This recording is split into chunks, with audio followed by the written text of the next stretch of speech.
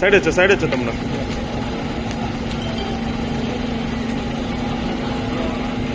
వర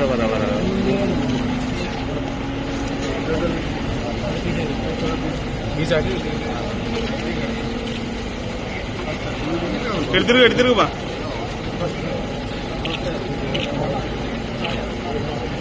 మీడియా కట్టం రావద్దు.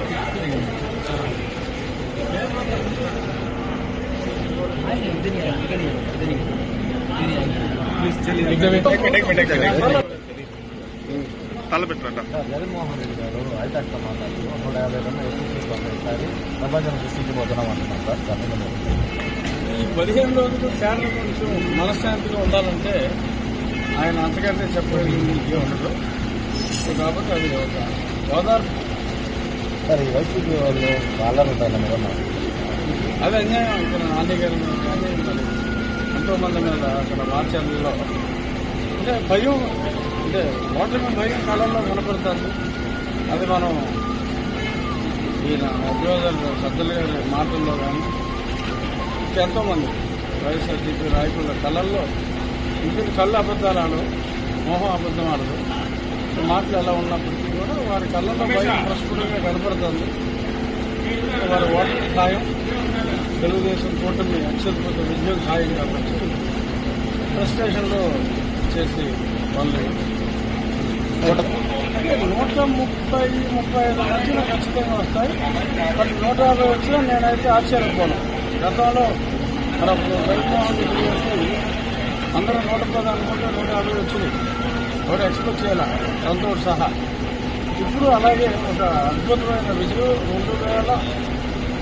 1994లో తెలుగుదేశం పార్టీ కాంగ్రెస్ పార్టీ పోటీ పడినప్పుడు ఎటువంటి విజయం వచ్చింది. ఆ స్థాయి విజయం డిఫరెంట్గా ఇప్పుడు అందుకుంటుందంటే ఎటువంటి సందేహం. మీరు ఒక ఎంప్లాయీస్ ఓటింగ్ చూడండి, వాళ్ళు కూడా ఒక దెబ్బతిన్న వర్గం. అలాగే అన్ని వర్గాలు దెబ్బతిని ఉన్నాయి. సో అందరూ కూడా ఎంప్లాయీస్ లో 80% పడింది అంటున్నారు. అంతా కాకపోయినా కనీసం 60% ఓటింగ్ ఎక్కడా కూడా తగ్గకుండా ఉంది. పుడు వదిలే టైట్ అయిందంటే ఇంకా మనం దాని గురించి మాట్లాడుకుంటున్నాం.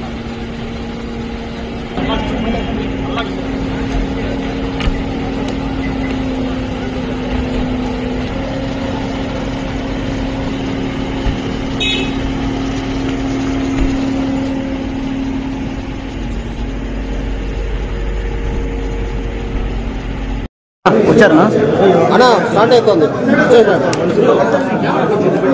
ఓకేనా? Okay okay okay.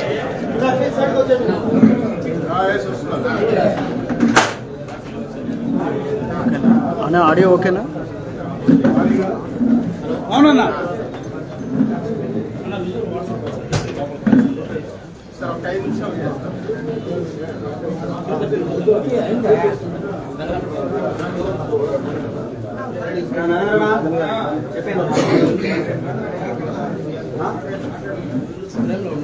వరమన్న కూర్చోండి.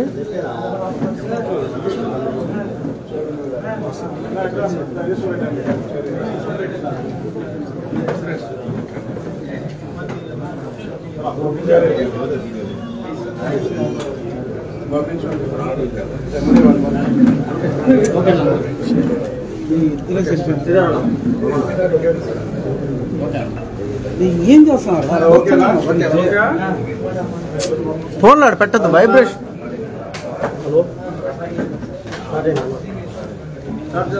Okay sir. పులివర్తి నాని గారి మీద చేసిన దాడి అత్యంత హేయమైన నీచమైన చర్య. వారిని ఇప్పుడు కలిసి పరామర్శించడం జరిగింది. సమ్మెటతో అటాక్ చేయబోతే ఇక్కడి నుంచి ఇక్కడ చీరుకుపోయి ఆయన స్ప్లిట్ ఆఫ్ ఏ సెకండ్లో అరక్షణం గ్యాప్లో ఆ సమ్మెట భుజం మీద పడి ఆయన ఈరోజు బ్రతుకున్నారు. లేదంటే వాళ్ళు చేసిన ఈ దుశ్చర్యకి మరి ఏమై ఉండేదో ఆ ఊహే చాలా భయంకరంగా ఉంది. ఎప్పుడు కూడా 20 సంవత్సరాల క్రితం, అది కూడా ఈ ప్రాంతంలో కాదు, అదర్ పార్ట్ ఆఫ్ చిత్తూరులో ఏవో జరిగినాయని విన్నాం. కానీ మరి ప్రశాంతమైన ఆధ్యాత్మిక నగరమైన మరి తిరుపతికి ఈ 5 కిలోమీటర్ల రేడియస్లో ఇంత దారుణంగా మరి వ్యక్తులు హంతకులు విచ్చలవిడిగా తిరిగి ఈవీఎంలు పెట్టిన రూముల దగ్గరికే మారణాయుధాలతో రాగలిగారు అంటే రాష్ట్రంలో మరి లా అండ్ ఆర్డర్ ఉందా లేదా?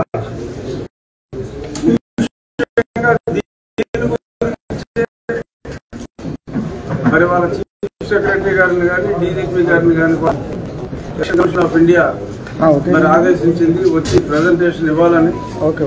దాని సారాంశం కాసేపట్లో తెలియవచ్చు. బట్ ఏదేమైనా ఈ చర్య ద్వారా వైఎస్ఆర్ కాంగ్రెస్ పార్టీ వారి ఓటమి పరోక్షంగా ఆలోచించాలి.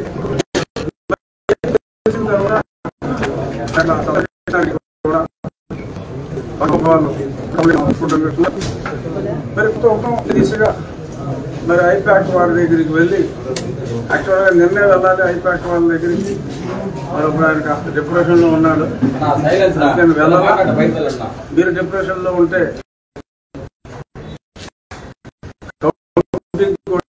ఏజెంట్లు ఉంటారని చెప్పిన మీదట నాకున్న సమాచారం వాళ్ళు చెప్పాల్సిన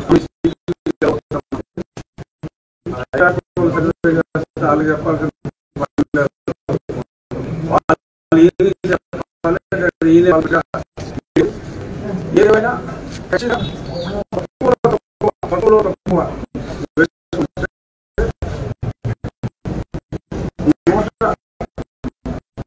25 వెళ్తే 150 పైగా స్థానాలు వచ్చినా కూడా ఆశ్చర్యపోకుండా 150 స్థానాలు పైన 250 స్థానాలు మధ్యము ఎందుకున్నాడు మతి లేని మాటలుగా మనం భావించాలి. కేవలం ఈలోపు ఈ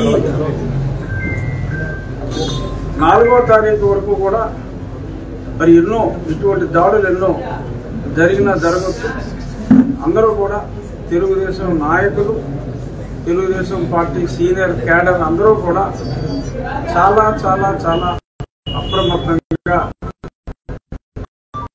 ఉండవలసిన అవసరం ఉంది. 4వ తారీఖు వచ్చిన రోజు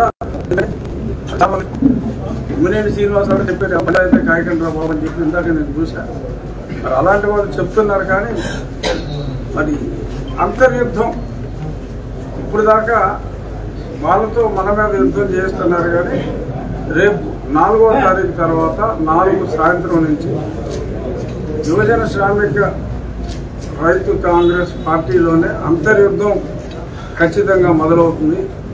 మీ వలన మేము ఇంత దారుణంగా నాశనం అయ్యాం, మేము రోడ్డును పడ్డాం, మీరు ఇలాగ 150 సీట్లు వస్తాయని 25 సీట్లకే పరిమితం అవటం, దానివల్ల మేము ఆర్థికంగా సామాజికంగా అన్ని రకాలుగా దెబ్బతిన్నామని చెప్పి ఒక రెవల్యూషన్ విత్ ఇన్ ది పార్టీలోనే వాళ్ళ పార్టీలోనే రెవల్యూషన్ వస్తుంది.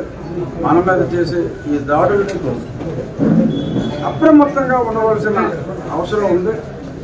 ప్రతి దాడులకి అవసరం లేకుండా చాలా జాగ్రత్తగా తెలుగుదేశం పార్టీ శ్రేణులన్నీ కూడా భారతీయ జనతా పార్టీ మీదకి వెళ్ళాలంటే అంత దమ్ము లేదు. సో కాబట్టి వాళ్ళ దృష్టి అంతా కూడా ఎక్కువగా తెలుగుదేశం పార్టీ కేడర్ మీద ఉంటుంది. కాబట్టి తెలుగుదేశం పార్టీ కేడర్ అయితే అత్యంత అప్రమత్తంగా ఎస్పెషల్లీ పోటీ చేసి ఆల్మోస్ట్ అందరూ గెలవబోతున్నారు. కాబట్టి నాకులాగా నాని గారిలాగా పోటీ చేసిన వాళ్ళందరూ కూడా చాలా చాలా చాలా జాగ్రత్తగా సెక్యూరిటీ అలర్ట్తో ఉండాలి అని చెప్పి మొత్తం అందరికీ తెలుగుదేశం పార్టీ శ్రేణులందరికీ కూడా నా విజ్ఞప్తి. ఏ కష్టం వచ్చినా చంద్రబాబు నాయుడు గారు పైన చూసుకోవడానికి ఉన్నప్పటికీ ఇలాగ ఈ రకంగా దాడులు చేసి మరి త్రుటిలో ప్రాణం కాపాడుకున్నారు నాని గారు. ఆయనకి మరి ఆ వెంకటేశ్వరం దయతో ఆయన ప్రాణాలు కాపాడుకోగలిగారు అనేది నా అభిప్రాయం. నన్ను కూడా అప్పుడు దారుణంగా నా పుట్టినరోజు నాడు హింసించినప్పుడు నేను ప్రార్థించింది వెంకటేశ్వర స్వామిని. అందుకనే నాకు అవకాశం ఉన్నప్పుడల్లా స్వామి దర్శనానికి వస్తూ ఉంటా. ఇప్పుడు కూడా ఎన్నికలైన తర్వాత 4-5 రోజుల తర్వాత రావాల్సింది. ఈ నాని గారి సంఘటన తెలుసుకొని వారిని కలిసి దర్శనం చేసుకోవడం కోసం నేను తిరుపతికి రావడం జరిగింది. ఇంకా మీడియా వారు ఏమన్నా ప్రశ్నలు అడగండి. వారి కుటుంబ సభ్యుల్ని, బయలుదేరిని, సోదా గారిని, మొత్తం అందరినీ కూడా అడగడం జరిగింది. అత్యంత దారుణం. ప్రతి ఒక్కరూ కూడా, ప్రతి ఒక్క పౌరుడు కూడా ఖండించవలసిన అవసరం ఉంది. అందరూ కూడా ఖండిస్తున్నారు కూడా. ఇదేమి నీతి మారిన రాజకీయం అంటూ మరి చాలామంది అంబటి రాంబాబు గారు కానీ ఇంకా కొద్దిమంది ఇలా ఉంటే పోలీసు వ్యవస్థ ఎంతగా దిగజారిపోతే ఇంకా రాజకీయాలు ఏం చేస్తామని చెప్పి చాలా బాధపడ్డారు. అసలు పోలీసు వ్యవస్థ కాస్త కోస్త పనిచేసింది ఈ నెల రోజుల్లోనే. మరి పోలీసు వ్యవస్థ పనిచేస్తే మరి ఇంత దారుణంగా మరి ఆయన మాట్లాడటం కూడా నవ్వొచ్చింది. వాళ్ళ మాటలో పనిచేస్తున్న పోలీసు వ్యవస్థను చూసి మరి ఇంత దారుణంగా అంటే మరి గత 4.5 సంవత్సరాలుగా మరి ఎంత దారుణాలు చేశారు పోలీసులు మనందరికీ తెలుసు. ఎంపీ నన్నే తీసుకెళ్ళి ఆల్మోస్ట్ చివరిలో వదిలేశారు చంపకుండా. మరి అంత దుర్మార్గాలు చేసేవారు. బట్ ఈ నెల రోజులు ఖచ్చితంగా పోలీసులు చాలా వరకు అంటే పూర్తిగా నేను వారికి సపోర్ట్ చేయకుండా ఇంకా ఇక్కడ నిన్నకాక కూడా చాలా మంది ట్రాన్స్ఫర్ చేశారు. అయినప్పటికీ కూడా చాలా చోట్ల పోలీసుల్లో ఆ పరివర్తన వచ్చింది. అంటే దాని ఇండికేషన్ ఏంటి? ఈ ప్రభుత్వం సెలవు తీసుకోబోతోంది అని కూడా వారికి కూడా స్పష్టంగా అర్థమైంది అని మనందరం అర్థం చేసుకోవచ్చు. ఏమైనా ప్రశ్నలు అడిగితే అడగండి. రేపు రాష్ట్ర వ్యాప్తంగా పల్నాడు ప్రాంతాల్లో కూడా ఇదే విధంగా గొడవలు జరుగుతుంది. ఎలా భావించవచ్చు అంటే దాదాపు 8 ప్రాంతాల్లో జరుగుతుంది సార్. రావుల కాకపోతే ఎలా పరిగణించాలి? అదేనండి పాలన ఏమైనా పెట్టాలని అంటే ఒక రకంగా ఇప్పుడు ముఖ్యమంత్రి పాలన ఏమీ లేదు. మరి ఇప్పుడు ఈ సంఘటనలన్నీ చూసి వాళ్ళు చూసిన తర్వాత చీఫ్ సెక్రటరీని కూడా మార్చొచ్చు. దాడి జరిగి 4 నిమిషాల వరకు కూడా పోలీసులు రాలేదు. ఆయన ఒకటే చీఫ్ సెక్రటరీ వైఫల్యంగా ఉంది భావించవచ్చు. ఖచ్చితంగా ఆయన వైఫల్యం కాబట్టి ఇదివరకు వైఫల్యం 100% ఇక్కడ వరకు పోలీసు వైఫల్యమే.